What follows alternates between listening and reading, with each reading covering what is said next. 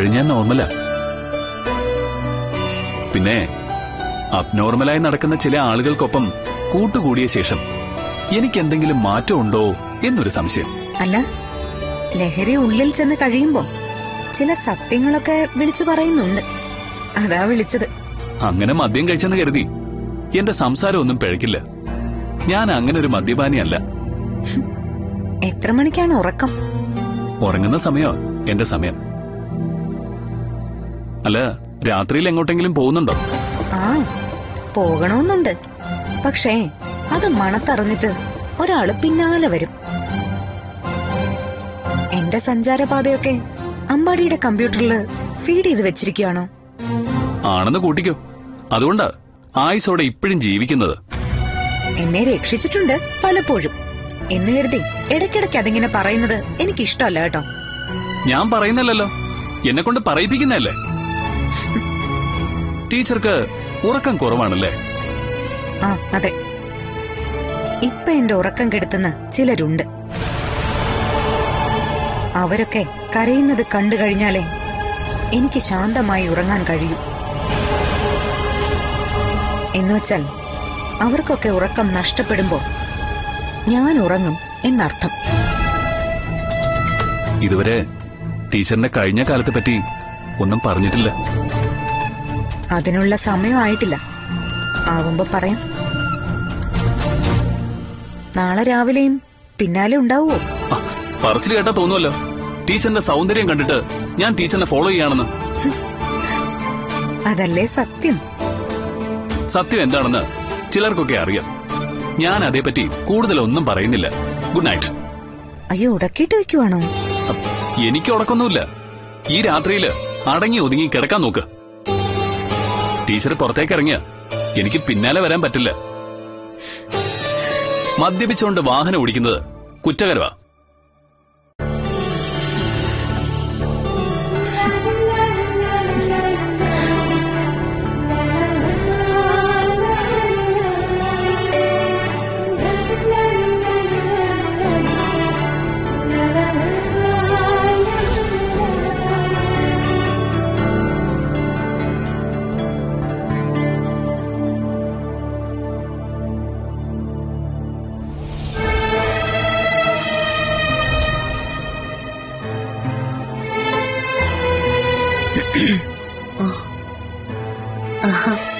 വാ. പുതിയതായിട്ട് എന്തെങ്കിലും എഴുതാൻ പ്ലാൻ ഉണ്ടോ? അതുപോലെ ആയിരുന്നല്ലോ ചിന്തിച്ചോണ്ടിരുന്നത്. ഞാനേ അലീനയുടെ നോവലിനെ പറ്റിയാ ചിന്തിച്ചോണ്ടിരുന്നത്.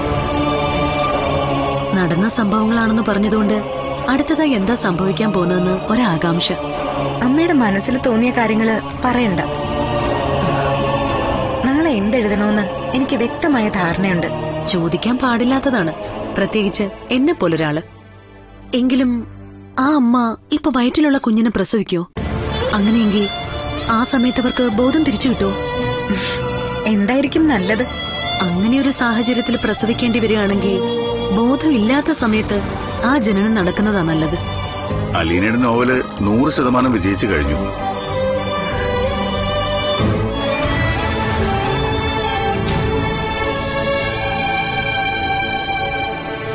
കാരണം ഇപ്പൊ ഏതു നേരവും അതിനെപ്പറ്റിയുള്ള ചിന്തയാണ്.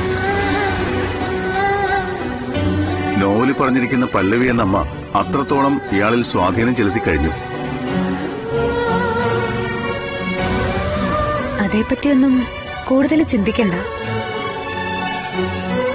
എന്റെ മുമ്പിൽ നടന്നു കഴിഞ്ഞ ഒരുപാട് സംഭവങ്ങളുണ്ട്. അതൊക്കെയൊന്ന് അടുക്കി വെക്കണം, അത്രയുള്ളൂ. ഈ നോവലില് ഒരു പോരായ്മയുള്ളത് രാത്രിയിൽ വിളിക്കുന്ന പെൺകുട്ടി എന്ന നോവലുമായി ഇതിന് ചെറിയൊരു സാമ്യമുള്ളതാ. അതില് അമ്മ അത്ര നല്ല ക്യാരക്ടർ ആയിരുന്നില്ല. ഇവിടെ പക്ഷേ അമ്മയാണ് പരിശുദ്ധ. അങ്ങനെ ഒരു വ്യത്യാസം മാത്രം. ഇത് ആ നോവലിന്റെ തുടർച്ചയാണെന്നാണല്ലോ പരസ്യമൊക്കെ വന്നത്. അപ്പൊ പിന്നെ ചെറിയ സാമ്യമൊക്കെ കാണും. ഇതൊരു സിനിമയ്ക്ക് പറ്റിയ ത്രെഡാണ് കേട്ടോ. പക്ഷേ അതെനിക്കൊരു സിനിമയായി വരാൻ താല്പര്യമില്ല. അതെന്താ അങ്ങനെ? നമ്മൾ എഴുത്തുകാർക്ക് കിട്ടുന്ന അംഗീകാരമാ ഓരോ നോവലും സിനിമയാവുന്നത്. ആയിരിക്കാം. പക്ഷേ ഞാൻ എഴുതുന്ന സംഭവങ്ങള് സിനിമയായി വരുമ്പോ അത് കാണാനുള്ള മനക്കെട്ടി എനിക്കില്ല. പല്ലവിയായി വരുന്ന അമ്മയുടെ ക്രൂരമായ പീഡനവും പിന്നീട് അവരനുഭവിക്കുന്ന യാതനകളും കണ്ടിരിക്കാനാവില്ല. ഞാൻ ചോദിക്കട്ടെ, ഈ നോവലിൽ പറയുന്ന അമ്മ അലീനയുടെ അമ്മയാണോ?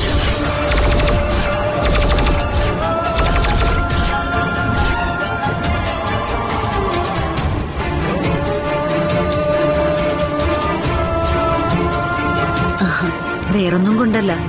ഒരിക്കൽ അലീന എന്നോട് പറഞ്ഞിരുന്നു അമ്മയോട് വെറുപ്പില്ലാന്ന്. ഇങ്ങനൊരമ്മയെ ആർക്കും വെറുക്കാൻ കഴിയില്ല. കാരണം ഒരു പെണ്ണിന്റെ കഥയിൽ പറയുന്ന ആ അമ്മ സാധുവാണ്. സാഹചര്യം ഒരു മനുഷ്യന് തിരിച്ചടിയായിട്ട് വരാം. എങ്കിലും ഇതുപോലൊരു സാഹചര്യത്തിലൂടെ കടന്നു പോകുന്ന അമ്മ അവരനുഭവിച്ച തീരാ വേദന, അതൊക്കെ നമ്മൾ സങ്കല്പിക്കുന്നതിനും അപ്പുറമാണ്. അതുകൊണ്ട് അങ്ങനെ ഒരു അമ്മയെ തള്ളിക്കളയാൻ ആർക്കും കഴിയില്ല.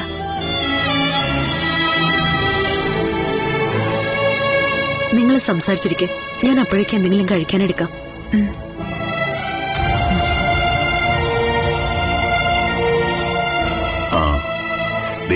അയാളത്ര മണ്ടിയൊന്നുമല്ല. ബോധം പറഞ്ഞ് കുറെ കാലം ഹോസ്പിറ്റലിൽ കിടന്നാണെന്ന് അയാൾക്കറിയാം. ഇനി ആ അമ്മ താൻ തന്നെയാണോന്ന് തിരിച്ചറിഞ്ഞ സംഗതി കുഴയും. അതുകൊണ്ട് കഥയൊന്ന് ഡൈവേർട്ട് ചെയ്യുന്നത് നല്ലതായിരിക്കും. ഞങ്ങൾക്ക് ഈ സംഭവമായിട്ട് വലിയ അടുപ്പമൊന്നുമില്ല. കഥ വായിക്കുന്നത് കുറവാ. പിന്നെ രാത്രി വിളിക്കുന്ന പെൺകുട്ടി മുതലാ ഞാനിതൊക്കെ ശ്രദ്ധിച്ചു തുടങ്ങിയത്. അതിന്റെ വെളിച്ചത്തിൽ പറയുക, പ്രസവ സമയത്ത് അമ്മയ്ക്ക് ബോധമില്ലായിരുന്നു എന്ന് എഴുതരുത്. സ്വബോധത്തോടെ അമ്മ ആ മകൾക്ക് ജന്മം നൽകി. പക്ഷേ മകളുടെ ഭാവിയെക്കുറിച്ച് ഓർക്കുന്ന പല്ലവി അമ്മ ആ കുഞ്ഞിനെ തെരുവിൽ ഉപേക്ഷിക്കുന്നു. അങ്ങനെ വേണം സംഗതി വരാൻ. ആ കുഞ്ഞിനെ പീറ്ററിനെ പോലൊരു പപ്പ വളർത്തണ്ട. അവൾ അനാഥാലയത്തിൽ വളരട്ടെ. ഇനി പേപ്പറും പേനയും കൂടി തരട്ടെ, എഴുതാവോ? ഞാൻ ഇതൊക്കെ തന്നെ എഴുതാൻ ഉദ്ദേശിച്ചിരിക്കുന്നത്. പ്രത്യേകിച്ച് അമ്മ ഇത്രയും ചിന്തിക്കുന്ന സാഹചര്യത്തിൽ. ഒരു രാത്രി മുഴുവൻ അമ്മയുമായി സംസാരിക്കണം. ഇനിയുള്ള കഥകളൊന്ന് പറയണം. അമ്മയുടെ കാഴ്ചപ്പാടിൽ എന്താണെന്ന് അറിയാലോ. ചിലപ്പോ അമ്മ അമ്മയുടെ കഥ തന്നെ പറഞ്ഞു തരും, അമ്മ അറിയാതെ. അടുക്കളയിൽ എന്താ പാചകമൊന്നും നോക്കട്ടെ. പിന്നെ കഥയില് ഒരാളെ കൂടെ ഉൾപ്പെടുത്താൻ മറക്കണ്ട. നീതിക്കും ന്യായത്തിനും വേണ്ടി പൊരുതുന്ന ഒരു ചെറുപ്പക്കാരനെ, പല്ലവി പ്രസവിക്കുന്ന കുഞ്ഞിന് രക്ഷകനായി വരുന്ന ചെറുപ്പക്കാരൻ. അമ്പാടി എന്ന പേര് മാറ്റണമെന്ന് മാത്രം. പിന്നീട് അവർ ഒന്നിക്കുന്നു, ഒന്നിച്ചു നിന്ന് പൊരുതുന്നു. അങ്ങനെയും കൂടിയായ നല്ല ത്രില്ലായിരിക്കും. കൂടുതൽ കഥ പറഞ്ഞു തരണ്ട, എഴുതാൻ എനിക്കറിയാം.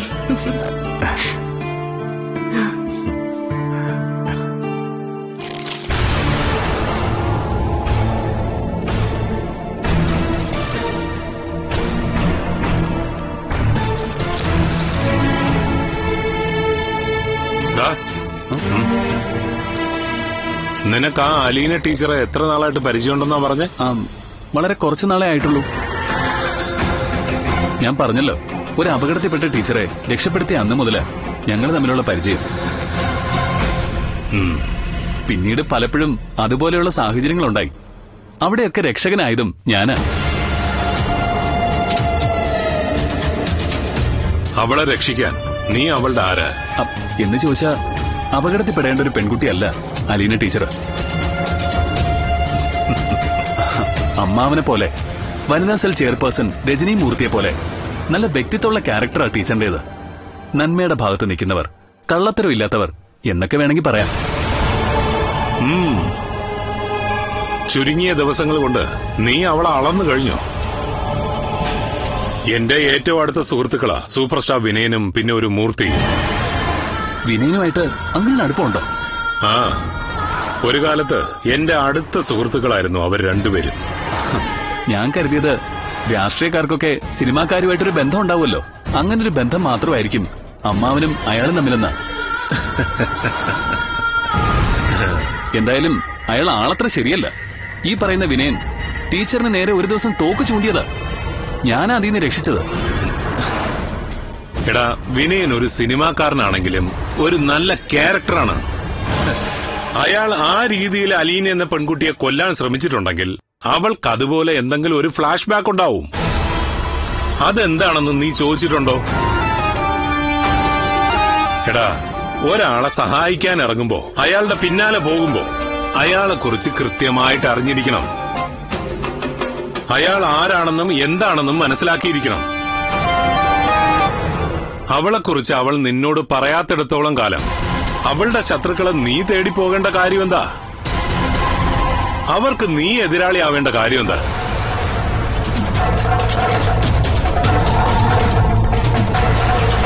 എടാ, പെട്ടെന്ന് നമ്മുടെ ജീവിതത്തിലേക്ക് കടന്നു വരുന്നവരെ അന്ധമായിട്ട് അങ്ങ് വിശ്വസിക്കാൻ പാടില്ല. അവര് നമ്മുടെ ജീവിതത്തിന്റെ ഒരു ഭാഗമാകാനും പാടില്ല. ചെറിയൊരു ഡൗട്ട് തോന്നിയാ ഞാൻ അത്തരക്കാരെ അകറ്റി നിർത്താറ പതിവ്. ഒരു പോസിറ്റീവ് വൈബ്രേഷനുള്ള പെൺകുട്ടിയാ അലീന ടീച്ചർ. എനിക്ക് വർഷങ്ങളായിട്ട് അറിയാം ഈ വിനയനെയും മൂർത്തിയെ. അവരുടെ വെളിപ്പെടുത്തൽ അനുസരിച്ച് അലീന പീറ്റർ അത്രയ്ക്ക് നല്ലവളൊന്നുമല്ല. വീട്ടിൽ കയറ്റാൻ പോലും കൊള്ളാത്ത പെൺകുട്ടിയാണെന്ന് അവളെ അവര് വിശേഷിപ്പിച്ചത്. എന്തോ എനിക്ക് ആ അഭിപ്രായമില്ല. എടാ, ഞാൻ വെറുതെ ഒരാളെ ആക്ഷേപിക്കില്ല എന്നുള്ളത് നിനക്കറിയാവല്ലോ. അങ്ങനെയുള്ളപ്പോ എന്റെ വാക്ക് പൂർണ്ണമായിട്ടും അങ്ങ് തള്ളിക്കളയണ്ട. നമ്മൾ ഒരാൾക്ക് വേണ്ടി മരിക്കാൻ നടക്കുമ്പോ അവരുടെ ഭാഗത്ത് 100% ശരിയുണ്ടോ എന്ന് നമ്മൾ മനസ്സിലാക്കിയിരിക്കണം. അല്ലെങ്കിൽ അവരത് നമുക്ക് മനസ്സിലാക്കി തരണം.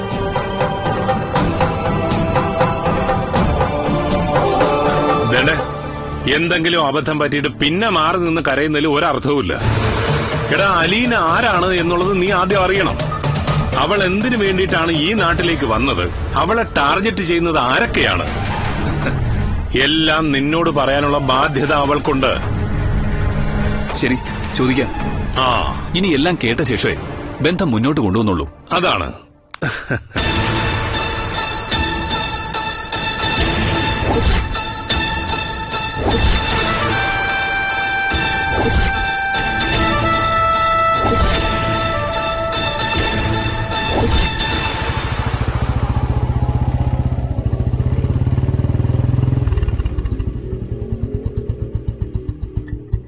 എന്താ അത്യാവശ്യമായിട്ട് കാണണോന്ന് പറഞ്ഞ്?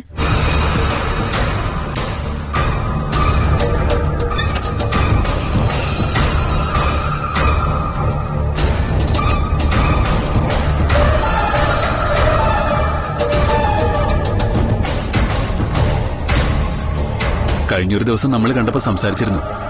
തനിക്ക് ഇത്രയും ശത്രുക്കൾ ഉണ്ടാവാനുള്ള കാരണം എന്താണെന്ന് ഞാൻ ചോദിച്ചിരുന്നു. ഒരാൾ മറ്റൊരാളെ സഹായിക്കുമ്പോ അയാളെക്കുറിച്ചുള്ള ഹിസ്റ്ററിയൊക്കെ അറിഞ്ഞിരിക്കണം. ഇവിടെ ടീച്ചറിന് ശത്രുക്കൾ ഒരുപാടാ. എന്നാൽ ഇതുവരെ അതിന്റെ കാരണം എന്താണെന്ന് വെളിപ്പെടുത്തിയിട്ടില്ല. അതേപ്പറ്റി പറയാൻ എനിക്ക് താല്പര്യമില്ലെന്ന് ഞാൻ പറഞ്ഞിരുന്നല്ലോ. അങ്ങനെ അറുത്തു മുറിച്ച് പറയരുത്. ടീച്ചറിന്റെ ശത്രുക്കൾ നിസാരക്കാരല്ല. വിനയ് മേനോൻ സമൂഹം അറിയപ്പെടുന്ന നടന്. മൂർത്തിയും നിസാരക്കാരനല്ല. അവരൊക്കെ എതിരാളികളായിട്ട് വരുമ്പോ അതിന് പിന്നിൽ വലിയൊരു ചരിത്രം ഉണ്ടാവും. അതെന്താണെന്ന് ടീച്ചർ വെളിപ്പെടുത്തിയേ പറ്റൂ. ഇല്ലെങ്കിലോ? ഞാനൊരു എസ് ഐ ആയിരിക്കട്ടെ, എന്റെ മുന്നിലേക്ക് ഒരു കംപ്ലൈന്റുമായിട്ട് വരുമ്പോ ടീച്ചർക്ക് എല്ലാം പറയേണ്ടി വരും. അതിന് അമ്പാടി ഒരു പോലീസ് ഓഫീസർ ആവട്ടെ, അപ്പൊ അതിനെപ്പറ്റിയൊക്കെ ചിന്തിക്കാം. ഞാൻ പറഞ്ഞല്ലോ, എന്റെ അങ്കിളുടെ സുഹൃത്തുക്കളാ സൂപ്പർ സ്റ്റാർ വിനയനും മൂർത്തിയും. അവരെ പറ്റി അങ്കിളിന് നല്ല അഭിപ്രായമാണ്. പിന്നെ എങ്ങനെയാ ടീച്ചറിന്റെ കണ്ണിൽ അവര് മോശക്കാരായത്? എന്നെ വിനയൻ മേനോൻ കൊല്ലാൻ ശ്രമിച്ചതിന് അമ്പാടിയും സാക്ഷിയല്ലേ? പിന്നെങ്ങനെയാണ് അയാൾ നല്ലയാളാവുന്നത്? അയാൾ അങ്ങനെ ചെയ്യണമെങ്കിൽ അതിന് പിന്നിലൊരു കാരണം ഉണ്ടാവില്ലേ? അതൊന്നും ആരോടും പറഞ്ഞു നടക്കാൻ പറ്റില്ല. ജീവൻ കളഞ്ഞും ഞാൻ ടീച്ചറിനോടൊപ്പം നിൽക്കുമായിരുന്നു പലതവണ. അത് മനസ്സിലാക്കിയിട്ടെങ്കിലും എനിക്കുള്ള സംശയങ്ങൾ നീക്കേ പറ്റൂ ടീച്ചർ. ഇക്കാര്യത്തിൽ എന്നെ നിർബന്ധിക്കണ്ട. അമ്പാടിയോടെന്നല്ല, ആരോടും ഞാൻ ഒന്നും പറയില്ല. ടീച്ചറിന്റെ ഭാഗത്ത് ന്യായമുണ്ടെന്ന് സ്വയം ബോധ്യപ്പെടാൻ വേണ്ടിയിട്ടാ ഞാൻ ഇങ്ങനെയൊക്കെ ചോദിക്കുന്നത്. എന്റെ ഭാഗത്ത് ന്യായമില്ല, തീർന്നില്ലേ? ഈ രീതിയിൽ നമുക്ക് ഈ റിലേഷൻഷിപ്പ് തുടരാൻ പറ്റില്ല. വേണ്ട, വേണോന്നാരാ പറഞ്ഞേ? എന്നെ ഗുണ്ടകൾ തട്ടിക്കൊണ്ടുപോകുന്നത് കണ്ട് അമ്പാടി വന്ന് രക്ഷിച്ചു. അതെന്റെ കുറ്റമല്ല. എനിക്ക് കുറച്ചുകൂടി ആയുസുണ്ടായിരുന്നു. അതുകൊണ്ടാ ആ സമയത്ത് അമ്പാടിക്ക് അവിടെ വരാൻ തോന്നിയത്. പിന്നീട് വിനയൻ മേനോന്റെ കയ്യിൽ നിന്നും എന്നെ രക്ഷിച്ചു. ദൈവങ്ങൾ അങ്ങനെ ഞാൻ മരിക്കരുതെന്ന് ആഗ്രഹിക്കുന്നുണ്ടെങ്കിൽ എന്റെ ഭാഗത്ത് ന്യായമില്ലേ? ഒരാളുടെ ആയുസ് നീട്ടിക്കിട്ടുന്നത് അയാൾ സത്യസന്ധനായതുകൊണ്ടാവണമെന്നില്ല. നമ്മൾ തമ്മിൽ നല്ലൊരു ബന്ധമാണുള്ളത്. അതിനിടയിൽ വ്യക്തിപരമായ കാര്യങ്ങൾ ചോദിച്ച് വെറുതെ മുഷിച്ചിലുണ്ടാക്കരുത്. വേണ്ട, ഇനി തമ്മിൽ കാണാതിരുന്ന തീർന്നല്ലോ പ്രശ്നം. ഒരു കാര്യം എനിക്ക് ഉറപ്പായി, ടീച്ചറിന്റെ ഭാഗത്ത് എന്തൊക്കെയോ വീഴ്ചകൾ വന്നിട്ടുണ്ട്. അതുകൊണ്ടാ പറയേണ്ടതൊന്നും തുറന്നു പറയാത്തത്. വിനയൻ മേനോനും മൂർത്തിയൊക്കെ നല്ലവരാണെന്ന് അങ്കിളിന്റെ വാക്ക് കേട്ടിട്ട് എന്നോട് പറഞ്ഞു. എങ്കിലാ നല്ലവരോട് പോയി ചോദിക്ക്, അവരുടെ നന്മ എന്താണെന്നും എന്റെ തിന്മ എന്താണെന്നും. അവര് പറയട്ടെ സത്യങ്ങൾ. അമ്പാടി ചോദിക്കണ്ട, അങ്കിളിനെ കൊണ്ട് തന്നെ ചോദിപ്പിക്ക്. അവര് പറയേണ്ടത് പറഞ്ഞു കഴിഞ്ഞാൽ ബാക്കി ഞാൻ പറയാം. അവര് പറയുന്നത് കേൾക്കാൻ എനിക്കും താല്പര്യമുണ്ട്. ഞാൻ ഇനി ആരുടെ പിന്നാലെയും പോകുന്നില്ല, ടീച്ചറിന്റെ പിന്നാലെ വരുന്നുമില്ല. ഞാൻ പറഞ്ഞിട്ടല്ലല്ലോ അങ്ങനെ വരുന്നത്. അതേപ്പറ്റിയൊന്നും കൂടുതൽ സംസാരിക്കുന്നില്ല. അവസാനിച്ചു എല്ലാം. ഇനി നമ്മൾ തമ്മിൽ കാണുന്നില്ല. ഇനി എന്നെ വിളിക്കുകയും വേണ്ട.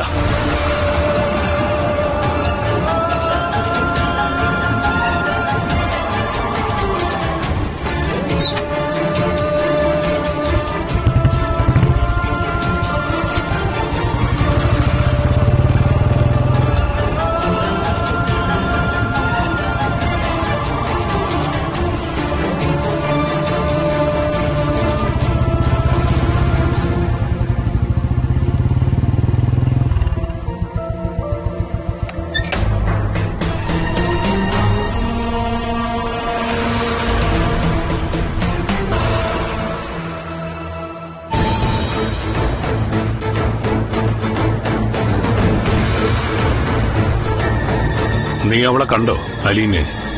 കണ്ടിട്ടാ വരുന്നത്. എന്നിട്ട് കാര്യങ്ങളൊക്കെ തിരക്കിയോ? അവളൊന്നും പറഞ്ഞില്ല. ആ, നിന്റെ ചോദ്യങ്ങൾക്ക് മറുപടി പറയാത്ത ഒരുത്തിയെയാണ് നീ സംരക്ഷിക്കുന്നത്. അവളുടെ ഇന്നലകൾ എന്താണെന്ന് നിനക്കറിയില്ല.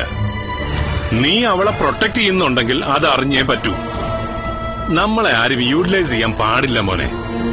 നീ നിന്റെ ജീവൻ കളഞ്ഞ് അവളെ സഹായിക്കുന്നുണ്ടെങ്കിൽ ആ സഹായത്തിന് അവൾ അർഹയാണോ എന്ന് ആദ്യം ചിന്തിക്കണം. എന്നോടെല്ലാം തുറന്നു പറയാമെന്ന് ടീച്ചർ പറഞ്ഞിട്ടുണ്ട്. ഇനി അത് കേട്ട ശേഷമേ ടീച്ചർ ഞാൻ കാണുന്നുള്ളൂ. മോനെ, ഞാൻ പറയുന്നത് എന്റെ ഫ്രണ്ട്സിനൊക്കെ തലവേദന ഉണ്ടാക്കുന്ന അതുപോലെ ഒരു പെൺകുട്ടിയുമായിട്ട് നിനക്ക് കൂട്ടുവേണ്ടെന്ന്.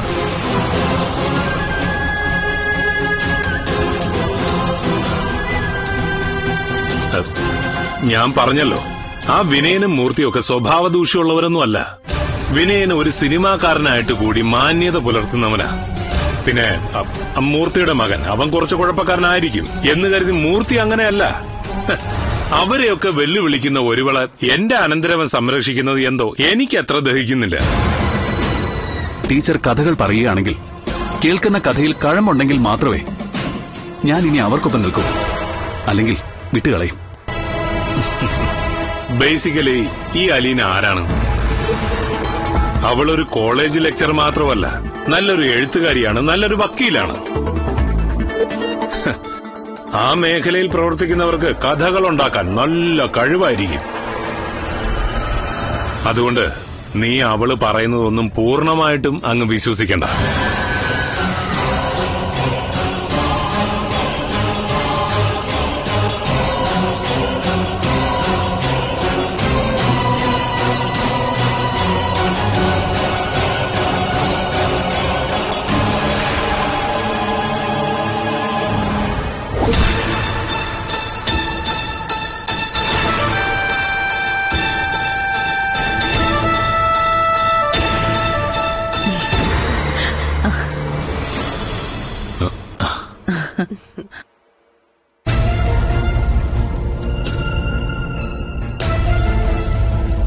ചേച്ചി, ഞങ്ങള് പോവാ.